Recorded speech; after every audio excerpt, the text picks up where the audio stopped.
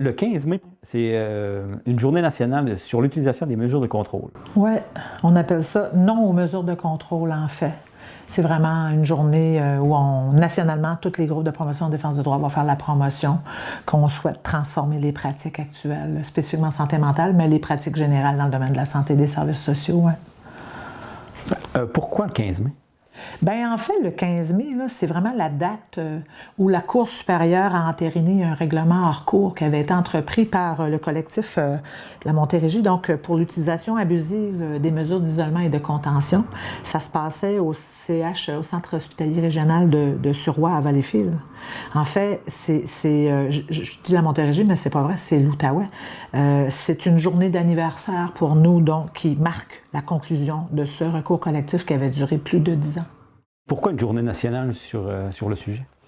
Bien, pour nous, on considère que c'est un jour de victoire. C'est une certaine forme de reconnaissance qu'on dénonce depuis de nombreuses années, en fait, autant pour les groupes de promotion de défense de droits en santé mentale au Québec que pour le protecteur lui-même qui a fait de multiples recommandations et revendications dans ce sujet. C'est aussi parce que c'est un combat qui est malheureusement pas encore gagné. À toutes les années, on revendique, on fait des plaintes. Je veux dire, il y a eu 3 nominations au prix Citron d'un établissement de santé de notre région qui est touché par des pratiques, abusives ou non respectueuses des droits à ce propos. Puis en fait, c'est aussi pour poursuivre notre mission qui est vraiment éduquer, informer, former, outiller, dénoncer pour créer du changement. Plus on en parle, plus ça sensibilise, plus ça influence les pratiques institutionnelles à ce propos-là. Puis ça vient d'où ces batailles-là?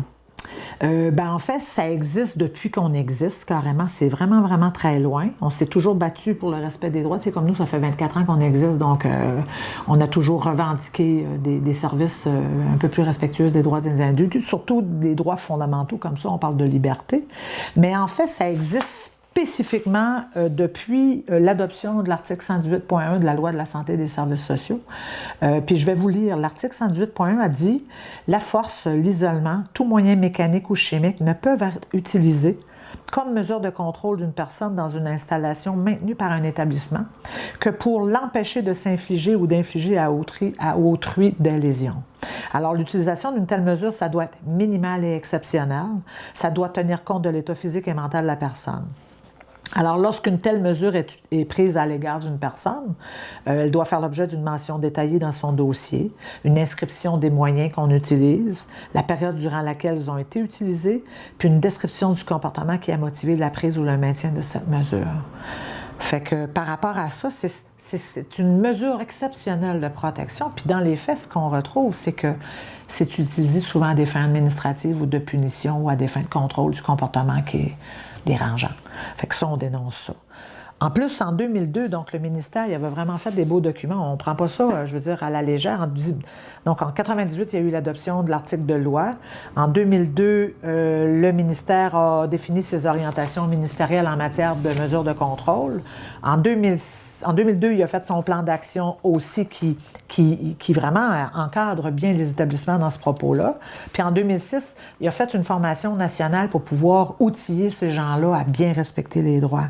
Puis là, en 2011, il vient de sortir son cadre de référence pour aider les institutions à faire leur protocole d'application. Fait qu'il y a des beaux documents qui existent, mais les pratiques perdurent. Ça ne change pas vite. Mais heureusement, ça change, mais nous, on en parle. On a réalisé que plus on en parle, plus on fait de la pression, plus on fait de la sensibilisation, plus il y a des changements. Mais il y a des établissements qui sont plus récalcitrants que d'autres. Puis là, vous demandez des changements dans les pratiques. Pouvez-vous donner quelques exemples? En fait, c'est qu'on veut qu'il y ait plus de respect au niveau de l'application de la loi. On voudrait que ce soit l'exception devienne vraiment l'exception et non pas la règle. On voudrait évidemment que les gens, les travailleurs du réseau établissement puissent avoir une plus grosse équipe pour pouvoir mieux gérer, mieux intervenir plutôt que d'utiliser ces moyens-là à des fins administratives. Mais en fait, j'aurais tellement d'exemples à vous donner parce qu'il y a des pays où ce n'est pas appliqué du tout des mesures de contrôle. La Norvège, la Suède. Comment les gens qui ont besoin de vos services peuvent communiquer avec vous? Alors, les gens peuvent communiquer avec nous à droit et recours Santé mentale Gaspésie-les-Îles au 1-800-463-6192. Nos services sont gratuits, c'est confidentiel et c'est ouvert à toute la population, santé mentale ou maladie mentale. C'est toute la population peut communiquer avec nous.